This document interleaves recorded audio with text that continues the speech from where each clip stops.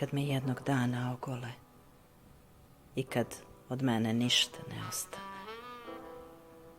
Opstaće ipak jedan otkucaj srca u 1000 dimenzija otelotvoren.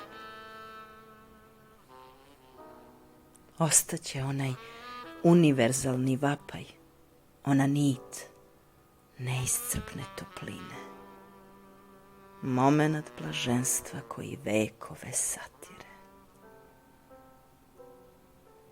Živeće jedan poljubac kao aerodrom bogova.